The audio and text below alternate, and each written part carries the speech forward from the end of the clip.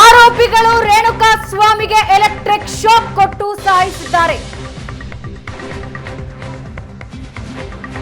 ಪೊಲೀಸರ ವಾದ ಮಂಡನೆ ಇದಾಗಿತ್ತು.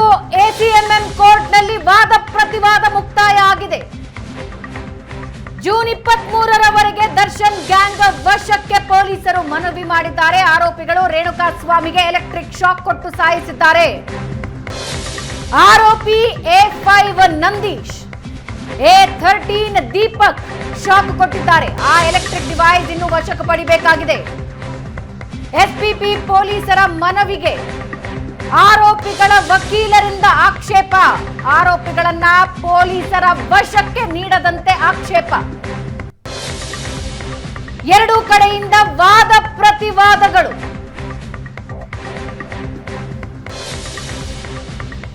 ಆರೋಪಿ A5 ನಂದೀಶ್, A13 ದೀಪಕ್ ಇವರಿಬ್ಬರು ಎಲೆಕ್ಟ್ರಿಕ್ ಶಾಕ್ ಕೊಟ್ಟು ರೇಣುಕಾ ಸ್ವಾಮಿಯನ್ನ ಕೊಂದಿದ್ದಾರೆ. ಆ ಎಲೆಕ್ಟ್ರಿಕ್ ಡಿವೈಸ್ ವಶಪಡಿಸಿಕೊಳ್ಳಬೇಕಾಗಿದೆ, ರಿಕವರ್ ಮಾಡಬೇಕಾಗಿದೆ. ಇದುವರೆಗೆ ಎಲ್ಲಿದೆ ಅನ್ನೋದ್ರ ಬಗ್ಗೆ ಮಾಹಿತಿ ನೀಡ್ತಾ ಇಲ್ಲ ಆರೋಪಿಗಳು. ದರ್ಶನ್ ಗ್ಯಾಂಗ್ ಕೇಸ್ ವಿಚಾರಣೆ ಮುಕ್ತಾಯ ಆಗಿದ್ದು ವಾದ ಪ್ರತಿವಾದ ಆಲಿಸಿ ಆದೇಶ ಬರೀತಾ ಇದ್ದಾರೆ ನ್ಯಾಯಾಧೀಶರು. ದರ್ಶನ್ಗೆ ಮತ್ತು ಆ ಉಳಿದ ಆರೋಪಿಗಳಿಗೆ ಜೈಲ ಅಥವಾ ಮತ್ತೆ ಪೊಲೀಸರ ವಶಕ್ಕೆ ನೀಡಲಾಗುತ್ತಾ? ಕೆಲವೇ ಕ್ಷಣಗಳಲ್ಲಿ ದರ್ಶನ್ ಗ್ಯಾಂಗ್ ಭವಿಷ್ಯ ನಿರ್ಧಾರ ಆಗತ್ತೆ. ಎಸಿಎಂಎಂ ಕೋರ್ಟ್ನಲ್ಲಿ ವಾದ ಪ್ರತಿವಾದ ಮುಕ್ತಾಯ ಆಗಿದೆ. ಜೂನ್ 23ರವರೆಗೆ ದರ್ಶನ್ ಗ್ಯಾಂಗ್ ಅನ್ನ ಮತ್ತೆ ವಶಕ್ಕೆ ನೀಡಿ ಅಂತ ಪೊಲೀಸರು ಮನವಿ ಮಾಡಿಕೊಂಡಿದ್ದಾರೆ. ಇದಕ್ಕೆ ಆರೋಪಿಗಳ ಪರ ವಕೀಲರು ಆಕ್ಷೇಪ ಸಲ್ಲಿಸಿದ್ದಾರೆ. ಕೆಲವೇ ಕ್ಷಣಗಳಲ್ಲಿ ದರ್ಶನ್ ಗ್ಯಾಂಗ್ ಭವಿಷ್ಯ ನಿರ್ಧಾರ ಆಗತ್ತೆ. ದರ್ಶನ್ ಗ್ಯಾಂಗ್ಗೆ ಜೈಲ ಅಥವಾ ಮತ್ತೆ ಪೊಲೀಸ್ ಕಸ್ಟಡಿಗೆ ನೀಡಲಾಗುತ್ತಾ? ನ್ಯಾಯಾಧೀಶರು ಆದೇಶ ಬರೀತಾ ಇದ್ದಾರೆ. ಎರಡೂ ಕಡೆಯ ವಾದ ಪ್ರತಿವಾದನ ಆಲಿಸಿದ್ರು. ನ್ಯಾಯಾಲಯಕ್ಕೆ ಕೇಸ್ ಡೈರಿಯನ್ನ ನೀಡಲಾಗಿತ್ತು. ಇಲ್ಲಿವರೆಗೆ ಏನೆಲ್ಲ ವಿಚಾರಣೆಯಾಗಿದೆ, ತನಿಖೆಯಾಗಿದೆ, ಇದೆಲ್ಲದರ ಬಗ್ಗೆ ಮಾಹಿತಿ ನೀಡಲಾಗಿದೆ. ಜೊತೆಗೆ ಇನ್ನು ಏನೇನು ವಿಚಾರಣೆ ಆಗಬೇಕು, ತನಿಖೆ ಆಗಬೇಕು ಅನ್ನೋದ್ರ ಬಗ್ಗೆ ವಾದ ಮಂಡನೆಯಾಗಿದೆ. ಈ ಬಗ್ಗೆ ಇನ್ನಷ್ಟು ಡೀಟೇಲ್ಸ್ ಕೊಡ್ತಾರೆ ನಮ್ಮ ಪ್ರತಿನಿಧಿ ರಮೇಶ್. ಮತ್ತೊಂದು ಸಲ ಸಂಪರ್ಕದಲ್ಲಿದ್ದಾರೆ. ರಮೇಶ್, ವಾದ ಪ್ರತಿವಾದದ ವಿವರಗಳನ್ನ ನೀಡೋದಾದ್ರೆ? 15 ಜನ ಆರೋಪಿಗಳನ್ನ ಪೊಲೀಸರು ಕೋರ್ಟ್ ಮುಂದೆ ಹಾಜರುಪಡಿಸಿದ್ರು. ಅಂದ್ರೆ ನಾಳೆವರೆಗೂ ಕೂಡ ಪೊಲೀಸ್ ಕಸ್ಟಡಿ ಇದ್ರೂ ಕೂಡ ನಾಳೆ ಭಾನುವಾರ ಆಗಿರೋದ್ರಿಂದ ಅದು ಓಪನ್ ಕೋರ್ಟ್ ಮತ್ತೆ ವಶಕ್ಕೆ ಪಡ್ಕೊಳ್ಳಿಕ್ಕೆ ಅದು ಮನೆಗೆ ಜಡ್ಜ್ ಮನೆಗೆ ಪ್ರೊಡ್ಯೂಸ್ ಮಾಡಿದ್ರೆ ಅದು ಕಷ್ಟ ಆಗುತ್ತೆ ಅನ್ನೋ ನಿಟ್ಟಿನಲ್ಲಿ ಇವತ್ತು ಓಪನ್ ಕೋರ್ಟ್ಗೆ ಪ್ರೊಡ್ಯೂಸ್ ಮಾಡುವ ಮೂಲಕ ತಮ್ಮ ವಶಕ್ಕೆ ಇನ್ನೂ ಹೆಚ್ಚಿನ ಸಮಯಾವಕಾಶ ಬೇಕು ಅನ್ನುವಂತ ನಿಟ್ಟಿನಲ್ಲಿ ಪೊಲೀಸರು ಒಂದು ಮನವಿಯನ್ನ ಕೂಡ ಮಾಡ್ತಾ ಇರುವಂತದ್ದು. ಈ ಸಂದರ್ಭದಲ್ಲಿ ಒಂದು ರಿಮಾಂಡ್ ಅಪ್ಲಿಕೇಶನ್ ಅನ್ನ ಮಾಡ್ಕೊಂಡು ಬಂದಿರ್ತಾರೆ. ಅಂದ್ರೆ ಇಲ್ಲಿಯವರೆಗೆ ಏನು ನಡೆದಿದೆ, ಆರೋಪಗಳೇನು, ನಾವು ಯಾಕೆ ಮತ್ತೆ ಆರೋಪಿಗಳನ್ನು ತಮ್ಮ ವಶಕ್ಕೆ ಕೇಳ್ತಾ ಇದ್ವಿ ಅನ್ನುವಂತ ಅಂಶಗಳನ್ನು ಒಳಗೊಂಡಂತ ಒಂದು ರಿಟರ್ನ್ ಅಪ್ಲಿಕೇಶನ್ ಅನ್ನ ಬರ್ಕೊಂಡು ಬಂದಿರುವಂತದ್ದು. ಅದರ ಒಂದು ಪ್ರತಿಯನ್ನ ನ್ಯಾಯಾಧೀಶರಿಗೆ ಕೊಟ್ಟು ಇನ್ನೊಂದು ಪ್ರತಿಯಲ್ಲಿ ಅವರು ಪಿಪಿ ಪ್ರಸನ್ನ ಕುಮಾರ್ ಅವರು ವಾದವನ್ನ ಮಂಡಿಸ್ತಾರೆ. ಅಂದ್ರೆ ಈ ಪ್ರಕರಣದಲ್ಲಿ ಏನು ತನಿಖೆಯನ್ನ ಮಾಡ್ತಿದೆ, ತನಿಖೆಗೆ ಸಂಪೂರ್ಣವಾಗಿ ಆರೋಪಿಗಳು ಸಹಕರಿಸ್ತಾ ಇಲ್ಲ.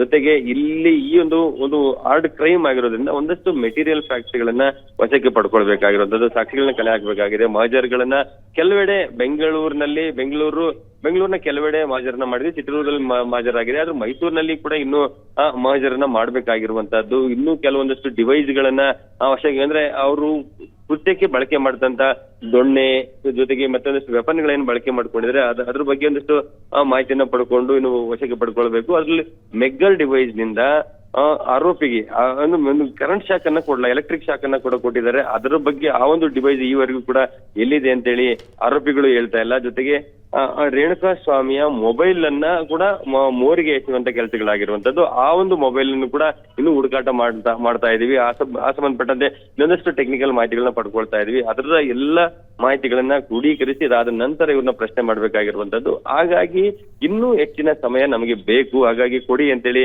ತಮ್ಮ ವಶಕ್ಕೆ ಕೊಡಿ ಅಂತೇಳಿ SPP ಮೂಲಕ ಪೊಲೀಸರು ಮನವಿಯನ್ನ ಮಾಡ್ತಿದ್ದಾರೆ. ಆ ಒಂದು ಮನವಿಗೆ ಆರೋಪಿಗಳ ಪರ ವಕೀಲರು ತೀವ್ರ ಆಕ್ಷೇಪವನ್ನ ವ್ಯಕ್ತಪಡಿಸ್ತಾ ಇರುವಂತದ್ದು. ಅಂದ್ರೆ ತಮ್ಮ ಕಕ್ಷಿದಾರರುಗಳು ಅಂದ್ರೆ ಆರೋಪಿಗಳು ಪೊಲೀಸರ ವಶದಲ್ಲಿದ್ದಾಗ ಅಷ್ಟು ಸೇಫ್ ಆಗಿಲ್ಲ, ಎಲ್ಲ ಒಂದ್ ಕಡೆ ಅವ್ರಿಗೆ ಕಿರುಕುಳವನ್ನ ಕೊಡ್ತಾ ಇದ್ದಾರೆ, ಅವ್ರಿಗೆ ತೊಂದರೆಯನ್ನ ಕೊಡ್ತಾ ಇದ್ದಾರೆ.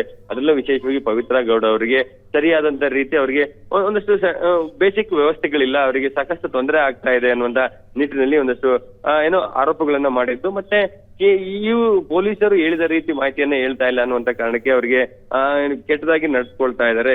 ಆ ಒಂದು ಹಿನ್ನೆಲೆಯಲ್ಲಿ ತಮ್ಗೆ ಯಾವುದೇ ಕಾರಣಕ್ಕೂ ಮತ್ತೆ ಆರೋಪಿಗಳನ್ನ ಪೊಲೀಸರ ವಶಕ್ಕೆ ನೀಡಬಾರದು ಅನ್ನುವಂತ ನಿಟ್ಟಿನಲ್ಲಿ ಮನವಿಯನ್ನ ಮಾಡ್ತಾರೆ. ಅಂದ್ರೆ ನ್ಯಾಯಾಂಗ ಬಂಧನಕ್ಕೆ ನೀಡಿ ಅನ್ನುವಂತ ಒಂದು ಮನವಿಯನ್ನ ಮಾಡಿರುವಂತದ್ದು. ಈ ಸಂದರ್ಭದಲ್ಲಿ ಆರೋಪಿಗಳ ಪರ ವಕೀಲರು ಏನೇ ಆರೋಪವನ್ನ ಮಾಡಿದ್ರು ಕೂಡ ಒಂದು ರಿಮಾಂಡ್ ಅಪ್ಲಿಕೇಶನ್ ಮತ್ತೆ ಒಂದು ಕೇಸ್ ಡೈರಿ ಅಂದ್ರೆ CDN ಕೊಡ್ತಾರೆ. ಆ ಒಂದು ಕೇಸ್ ಡೈರಿಯಲ್ಲಿ FIR ದಾಖಲಾದ ಕ್ಷಣದಿಂದ ಇಲ್ಲಿಯವರೆಗೂ ಕೂಡ ಪೊಲೀಸರು ಮಿನಿಟ್ ಟು ಮಿನಿಟ್ ಏನು ಕ್ರಮವನ್ನ ತೆಗೆದುಕೊಂಡಿದ್ದಾರೆ, ಏನೆಲ್ಲ ಮಾಡಿದ್ದಾರೆ ಅಂತೇಳಿ ಅದರಲ್ಲಿ ಉಲ್ಲೇಖವನ್ನ ಮಾಡಲಾಗುತ್ತೆ. ಅದನ್ನ ಪರಿಶೀಲನೆ ಮಾಡಿರುವಂತದ್ದು. ಅಲ್ಲಿ ಏನಾದ್ರೂ ಸಣ್ಣ ಪುಟ್ಟ ಲೋಪದೋಷಗಳಿದ್ರೆ ಅದಕ್ಕೆ ಸಂಬಂಧಪಟ್ಟಂತೆ ಪೊಲೀಸರಿಗೆ ನ್ಯಾಯಮೂರ್ತಿಗಳು ಕೇಳ್ತಾರೆ. ಆದ್ರೆ ಅಂತ ಯಾವುದೇ ಲೋಪದೋಷಗಳಿಲ್ಲದೆ ಇರೋದ್ರಿಂದ ಎರಡೂ ಕಡೆ ವಾದವನ್ನ ಅಂದ್ರೆ ಇವರು ಪೊಲೀಸರ ಪರವಾಗಿ SPP ಅವರು ವಶಕ್ಕೆ ನೀಡಿ ಅಂತೇಳಿ ಕೇಳಿದ್ದಾರೆ. ಇವು ಆರೋಪಿಗಳ ಪರ ವಕೀಲರು ಯಾವುದೇ ಕಾರಣಕ್ಕೂ ಪೊಲೀಸರ ವಶಕ್ಕೆ ನೀಡಬಾರದು, ನ್ಯಾಯಾಂಗ ಬಂಧನಕ್ಕೆ ನೀಡಿ ಅಂತೇಳಿ ಮನವಿಯನ್ನ ಮಾಡಿದ್ದಾರೆ. ಹಾಗಾಗಿ ಎರಡೂ ಕಡೆ ವಾದವನ್ನ ಆಲಿಸಿದಂತ ನ್ಯಾಯಾಧೀಶರು ಈಗ ಆದೇಶವನ್ನ ಬರೆಸಿದ್ದಾರೆ. ಸ್ವಲ್ಪ ಹೊತ್ತಲ್ಲಿ ಗೊತ್ತಾಗುತ್ತೆ ಯಾವ ಆರೋಪಿಗಳು ಜೈಲಿಗೆ ಹೋಗ್ತಾರೆ, ಇನ್ಯಾವ ಆರೋಪಿಗಳು ಮತ್ತೆ ಪೊಲೀಸರ ವಶಕ್ಕೆ ಹೋಗ್ತಾರೆ ಅನ್ನೋದು ಕೆಲವು ಕ್ಷಣಗಳಲ್ಲಿ ಗೊತ್ತಾಗುತ್ತೆ. ಧನ್ಯವಾದ ರಮೇಶ್, ನೀವೆಲ್ಲ ಮಾಹಿತಿ.